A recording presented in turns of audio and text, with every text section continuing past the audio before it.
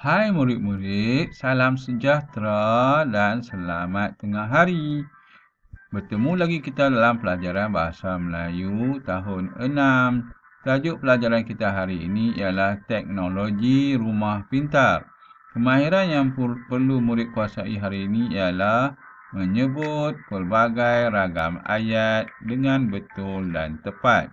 Kita akan menggunakan buku teks Bahasa Melayu tahun 6, muka surat 155. Ikuti pelajaran cikgu seterusnya. Sebelum cikgu meneruskan pelajaran dalam buku teks itu, cikgu nak memperkenalkan kamu tentang teknologi rumah pintar. Teknologi rumah pintar ini ialah alat kawalannya ialah telefon bimbit. Jadi dengan telefon bimbit kamu dapat mengawal kamera CCTV, penggerak kebakaran, lampu yang perlu dinyalakan dan juga televisyen. Semua menggunakan satu sahaja alat kawalan iaitu telefon bimbit.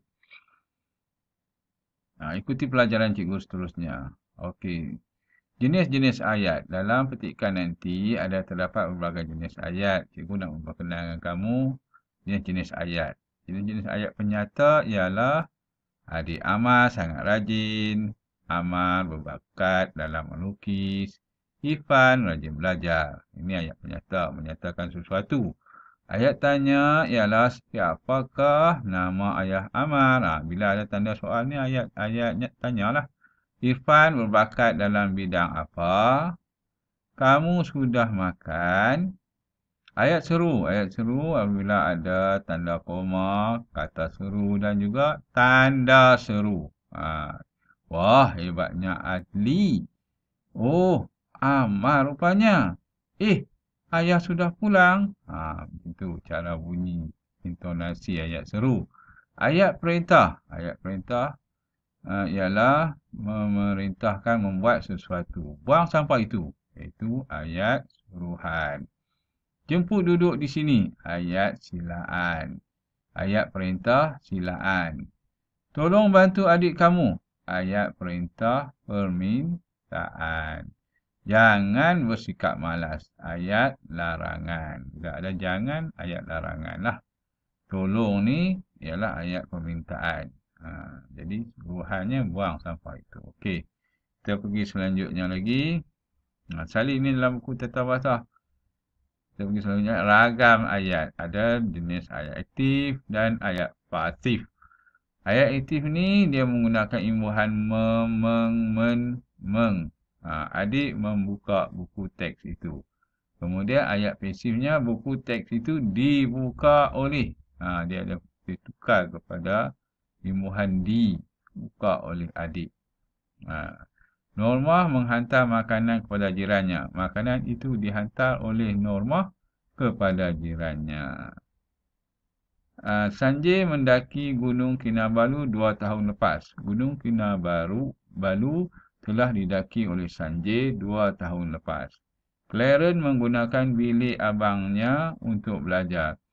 Bilik abangnya digunakan oleh Clarence untuk belajar. Okey, salin nanti dalam buku tata bahasa.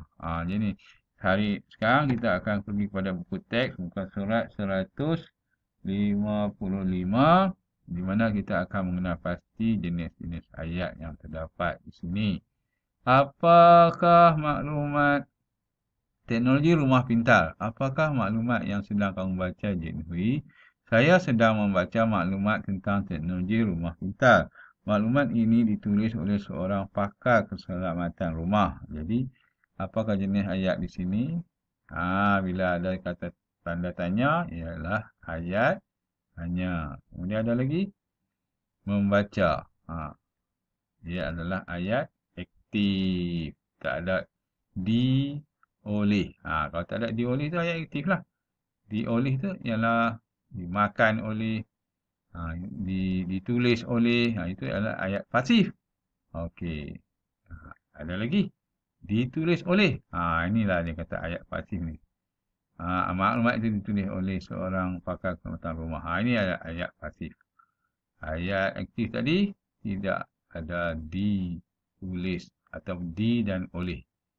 Okey, kita pergi seterusnya lagi. Tolong ceritakan kebaikan teknologi ini kepada ayah. Ayah ingin mengetahuinya secara lebih lanjut.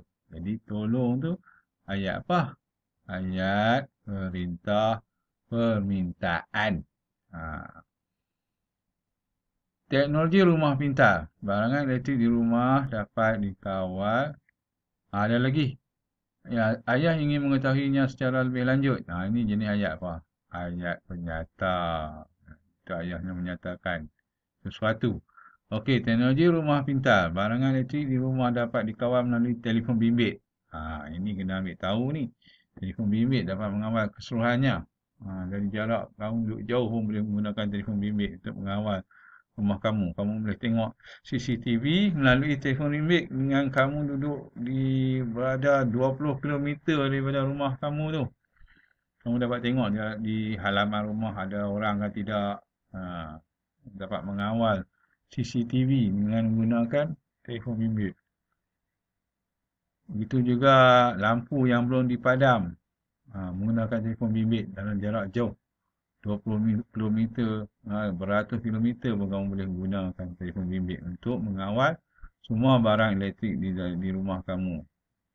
Alat keselamatan rumah seperti penggerak, kekunci, pintu serta paparan kamera dita tertutup CCTV dapat dikawal dari jauh. Masa dan bil elektrik dapat dijimatkan. Jadi kamu dapat jimat bil elektrik lah kalau kamu terlupa tutup lampu. Kamu dah pergi dekat Ipoh dah. Jadi kamu boleh check menggunakan handphone kamu. Kemudian kamu pun memadam lampu tu dengan menggunakan handphone kamu. Walaupun kamu telah berada di jarak yang jauh. Sistem pencahayaan dan pengudaraan rumah dapat dikawal secara automatik. Jadi semua menggunakan elektronik, elektrik. Mesej amaran dihantar terus ke telefon bimbit pengguna apabila berlaku pencerobohan. Pencerobohan masuk, CCTV dapat ambil gambar terus hantar ke telefon bimbit kamu. Sekiranya pengguna terlupa untuk menghidupkan penggera sebelum keluar rumah, mereka dapat mengaktifkannya pada bila-bila masa dan di mana-mana sahaja. Jadi alat kawalan jauh ni dapat mengaktifkan sistem penggerak, iaitu apabila dihidupkan, kamu sentuh tingkap rumah mana orang ni, dia akan berbunyi. Dengan sistem kawalan jauh ni, kita boleh menghidupkan sistem penggerak ni melalui jarak yang jauh. Walaupun kamu terlupalah, kamu dah keluar untuk melancong, tiba-tiba teringat penggerak belum dipasangkan. Kamu telah berada di Cameron Highland. Jadi kamu boleh menggunakan telefon bimbit untuk menghidupkan sistem penggerak di rumah kamu. Pakar keselamatan ini ayah kenal. Beliau kawan ayah semasa mentuk di Menara Gading. Jadi nanti dia akan potong yang bahagian ni untuk dibesarkan.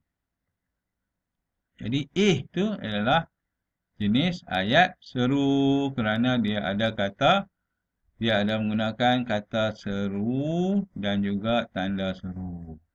Beliau kawan baik ayah semasa menuntut di Menara Gading. Ini jenis ayat apa?